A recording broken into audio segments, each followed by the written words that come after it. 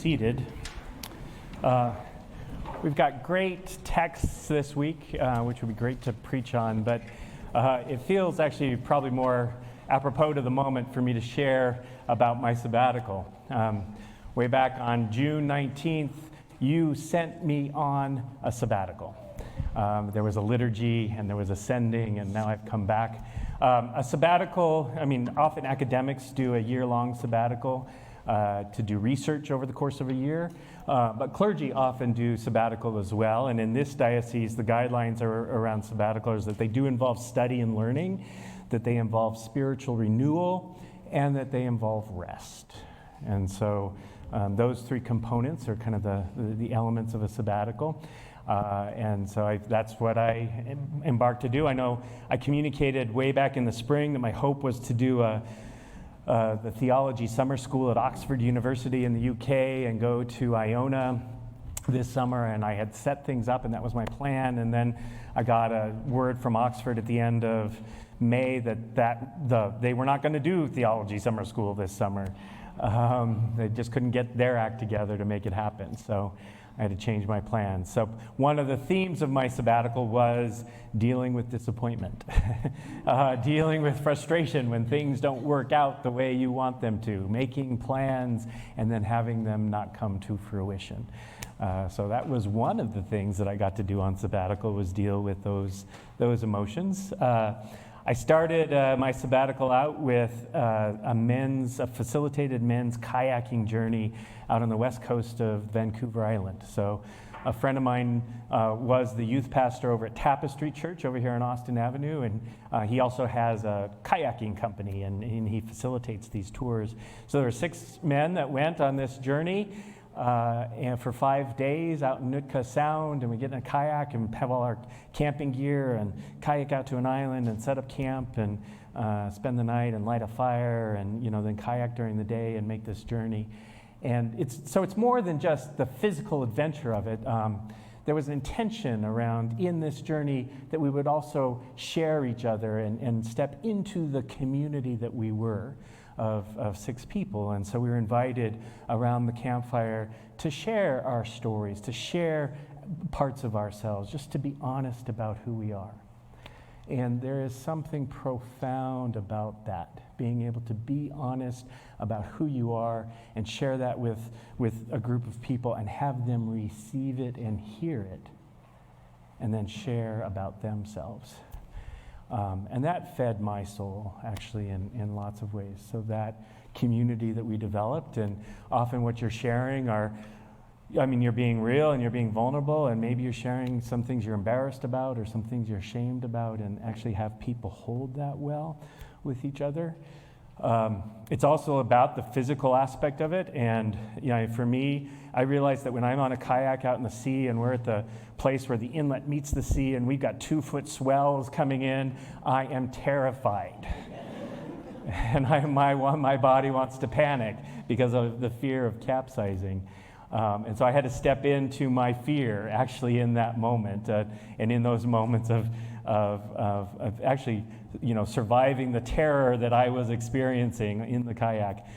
It seemed to affect me more than it affected the other men on the trip. I don't know why, but I definitely felt that. And I'm convinced there's actually some spiritual good in that. That there is a spiritual good in stepping into our fear and confronting our fear and realizing there's something deeper than our fear. Jesus always says, do not be afraid. So for me, the occasion to step into fear ends up being a spiritual exercise for me. I got in my car, and then after that, I got in my car and started driving out to Colorado. It took 3 days. And I like to drive these lonesome highways in the West where, there's nothing but the plain and then the mountains in the background. And I find it peaceful, and I find myself being caught up in prayer, and always surprised at how God meets me in those moments. So I'm sitting there driving through Utah, just praying, and praying about the world, praying about St. Lawrence and our life together, praying about my life. So that was good. I got to Colorado on the 30th of June and to my sister's house. I was going to spend a week with my sister and her place in Gunnison, and my other sister then was going to fly to New York City, spend a week with my sister and her family in New York City, and then I was going to fly to Iona, or fly to the UK. And when I got to Gunnison, the next day my sister tested positive for COVID. And we discerned it was probably best not for me to stay there, so I went to Denver to be with my aunt and uncle, and then my father's sister died. And so rather than going to New York, we had a memorial service back in Colorado, so I didn't go to New York. And my family gathered for that memorial service in Colorado. And then the day I was supposed to fly to the UK, I got COVID.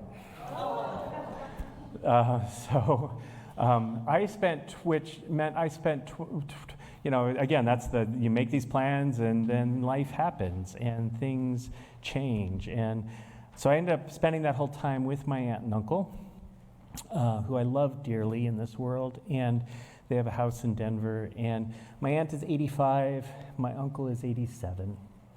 My uncle was diagnosed with Alzheimer's a couple of years ago, and he's losing his ability. Like, he still remembers me, and he has a sense of himself, but he can't have the kinds of conversations he used to have, and he gets confused with new stimuli. He's always fumbling with his phone, trying to figure out what's going on with his phone. And so it was 21 days of living at their pace and being present to them, and being present to them as they navigated kind of their grief and frustration and challenge of losing their ability, of not being able to do what they used to be able to do, and of fundamentally growing old. And I don't want to make any assumptions about your age, but I know many of you know exactly what I'm talking about. And it was good. It was actually a gift and a sacred time for me just to be present with them in that. And what it meant is that I didn't do a lot. I had all kinds of plans of all those things I was going to do for that 3 weeks, and I didn't do any of it. I just kind of sat around at home with them, which is exactly what I needed, because I was pretty burnt out last spring. And so for me to sit around and do nothing for 3 weeks, except for read, I did actually the reading around the Old Testament and the ancient world that I was hoping to read on as part of my study component of my sabbatical. So there was a gift there. It was not what I would have chosen. It's not what I planned. But I'm grateful I had that time with my aunt and uncle, just to be present with them. And then for my own rest and restoration. And then I was able to leave then, finally, to fly to the UK. I flew to London and then took a train up to Glasgow, loved Glasgow, and then went up to the Isle of Skye, which is the Inner Hebrides. It's the northwest side of Scotland. It's these islands that are out there that are just, rolling green hills with cliffs that go into the sea and lots of sheep. And there's not a lot to do there, except for hike and go to good restaurants. And so that was my agenda when I was there, was to hike and go to good restaurants, which is a lovely agenda when you need to rest. And that allowed me a kind of rest in that place and time. And,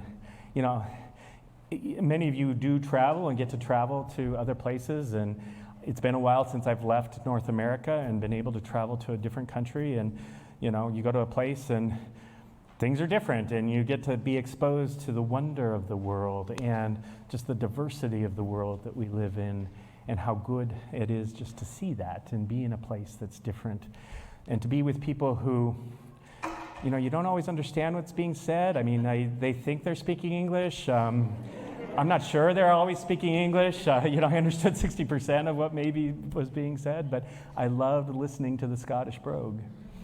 I just loved the sound of it. So I didn't care whether I understood. I just, it's like, just keep talking. It's music to my ears. So I did that, and then I was able to go to Iona, which is another island. You take a train to this town called Oban, and then you get on a ferry to the Isle of Mull, and then you take a bus across the Isle of Mull, and then you get on another ferry to go to Iona. And Iona, historically, was a center of Christianity. St. Columba started a missionary activity there with the Celtic peoples, and in the 600s, AD, 600, so 1500 years ago, there's been a Christian community in this place. 1500 years of prayer. And in the 1200s, the Benedictines built a big old stone abbey that's been restored, and that's where I stayed, was in this big old stone, medieval-feeling abbey on the Isle of Iona. And people gather from all around the world to come to this place. And so you get to be there with the volunteers who come, for 3 months, 6 months, a year, whatever, but they come from all around, and they're there to help serve the guests who come for a week, like my group. And then, my group was made up of Danish Lutheran pastors and, young adults from San Antonio, Texas, a Baptist church in San Antonio, Texas, and Anglicans from throughout the UK, and some, Methodist pastors from New England. And it's just, you eat together and you enter into community with each other, and you do morning prayer with each other and evening prayer with each other. And the week that I was there, they were talking about liturgy and thinking about how to use music differently in church and how to use art differently in church. And so there are things there that I will be bringing back to St. Lawrence as a result of being there. But it was just good. It was good for me, good for my soul. My ankle acted up while I was there, and I actually woke up one morning and I couldn't walk. I had to find somebody to get me crutches, and then I was on an electric scooter for the week while I was around there. It's because I'd been doing a lot of hiking, and I banged my ankle my first day there, and my ankle said, enough. You need to slow down. And so I had to slow down and just be present to the people around me, and receive their care while I was there, which is also a good spiritual lesson while I was there. And then after Iona, I was able to go to Edinburgh and be part of the Fringe Festival, which is a arts, hear great comedians and artists and musicians and choirs. And then I spent some time in London at the British Museum, looking at the stuff of the ancient world. So in my study of the Old Testament and my study of the ancient world, really looking at Assyria and Babylonia and these things that influence the Old Testament. That was part of my study goal, was to figure out more about that. And I was able to see a play at the West End and do some touristy things and hear a concert at St. Martin of the Fields, and it was good. Then I came back, spent a week with my sister, finally was able to spend the week with my sister in Colorado, in Gunnison, and my family gathered, and we had our family reunion with my parents and my brother's family. And then I spent a week in solitude, in prayer. My extended family has some property that they let me use in the San Luis Valley beneath the Sangre de Cristo Mountains. And it's a place that has always taken me, I'm not very disciplined about praying, but I find myself falling into prayer, and in that particular time, I found myself praying for each of you. Like I found myself bringing you to mind, your face, individually, and your name, and bringing you to mind and lifting you in prayer, which was a gift, actually, to be able to do. So I wanted to share that with you. It's not what I had planned, but I found myself doing that when I was there in Colorado. And then on August 21st, I started my journey back. So I drove up to Jackson Hole, where I picked up met a friend of mine from college who flew into Jackson Hole, and then we went backpacking for 6 days in the Wind River Range. And this is a dear friend who I've known for over 30 years, and he knows me well. And so we spent that time together, just catching up on our lives. We were last backpacking 10 years. It's probably been a decade since we've been on a backpacking trip together. So, we're catching up, and we've been in contact, but there's something about being able to journey together in God's good creation and the kind of conversations that you have and that experience of experiencing just the beauty and the wildness of God's creation together. And then we went back to Jackson Hole, sent him back, and then I made my slow journey, spent a night in the Bitterroot Valley in Montana, and then the Methow Valley in Washington State. And I arrived here 5 o'clock on Monday, this last Monday, in the evening, as the sun was just golden and the North Shore Mountains were green and beautiful, and it felt good to be back. It felt good to cross that border. I was worried because it was Labor Day, there was going to be a line, and the border agents would give me trouble, and nothing. I forgot to fill out my ArriveCan app, and the border agent was very nice. She's like, well, fill it out next time and let me go. And then it's been good. It's been good to be back here. And my experience coming back, I've heard the welcome, and I felt the welcome of welcome back, Eric. Glad you're back. But what's been good about that is that it hasn't felt desperate. Like, I could have come back and you're like, oh my God, thank God you're back. Because it was awful, right? Or we're in crisis. And it's been such a gift for me to be able to come back and feel like actually St. Lawrence is okay. And that you had a good summer. And you're glad for me to be back, right? I also didn't get, oh, are you back? Like, I didn't get that either, right? It could have been one extreme or the other, and I didn't get either of those. I've gotten a healthy welcome back. And how it's been is I don't come back with any brilliant ideas about how to do church better. Don't have it. But I do have more space and capacity to step deeper into who we are and what we're doing well. And to continue on this path and this journey together as a community and collaborate together on who do we want to be as God's people in this place and time. I have lots of space for that. So I come back rejuvenated and refreshed, and even though I'm not gone anymore, I feel like the sabbatical is still continuing in terms of what I bring back and how I re-enter this place and re-enter our connection and collaboration with each other. So it's kind of a little update. I want to give just a little bit of space for you to say, like, if you want to say something about how the summer was here at St. Lawrence, or if you want to reflect, say anything back to what I've just said, and reflect anything back to what I said, or just share what went on for you this summer. I'm going to create a little bit of space for that. So.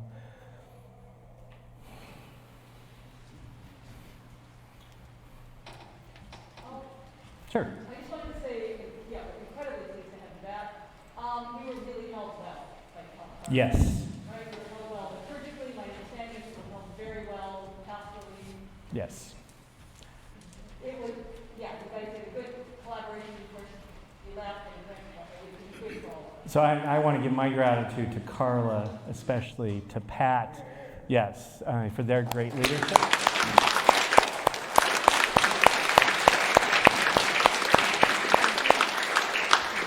Also to the wardens and the leadership that was helping hold that, and to our new parish manager who was also helping hold some of the pieces together. So I am grateful to all of you for helping.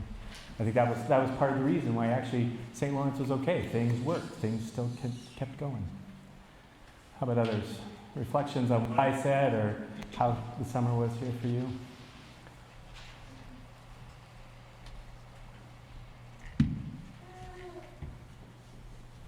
Go ahead, Gabby. Glad you went on this sabbatical. You're coming back really refreshed. Yes. Joyous. Yes. Yeah.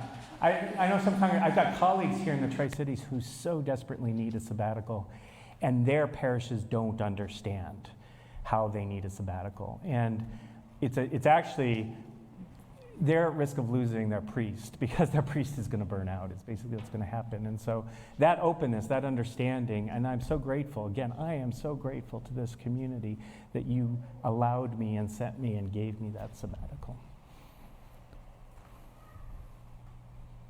Yeah, Ben. Hi, Thank you. I was interested in to see if you had any comments on the loss of our Queen. Yeah, it's surprised me how touched I've been by that. The Queen is the head of the Church of the Anglican Communion. I think she's been a great example, a phenomenal example of servant leadership. They keep replaying that comment she made when she was 25 years old about how she felt this duty and responsibility to serve the nation and to serve the community. And I think she did that well, with integrity and grace and wisdom and self-sacrifice her whole life. And I've just been struck that is so rare among leaders. Often leaders, they'll say that's for the common good, but they've got their own agenda, or it's all about their own self-aggrandizement. And I didn't get that ironically, here she is, the monarch, the head of state of this whole commonwealth, with lots of privilege and wealth, and yet I think there was a genuine desire to serve, which I think was very admirable. Doesn't mean she was perfect, and doesn't mean there's critiques that people are making about the colonialism of the past and all those things. All those things are true or worth discussing. But I think that she herself, and when I've heard her speak about her faith, I think there was integrity with her faith. And so I do mourn her loss. Actually, I've been mourning her loss this week. And I think we've lost, and am grateful for the model that she was. And enter a period, and I'm struck that we are now entering a period of uncertainty. Britain is especially, but in other parts of the Commonwealth, there's been a source of stability there. And when something there passes, something old passes, something new arises, we'll get to experience different leadership. We'll get to experience what it feels like for King Charles to be king. I am very grateful for who she has been. Do you think the church has changed in England for the better?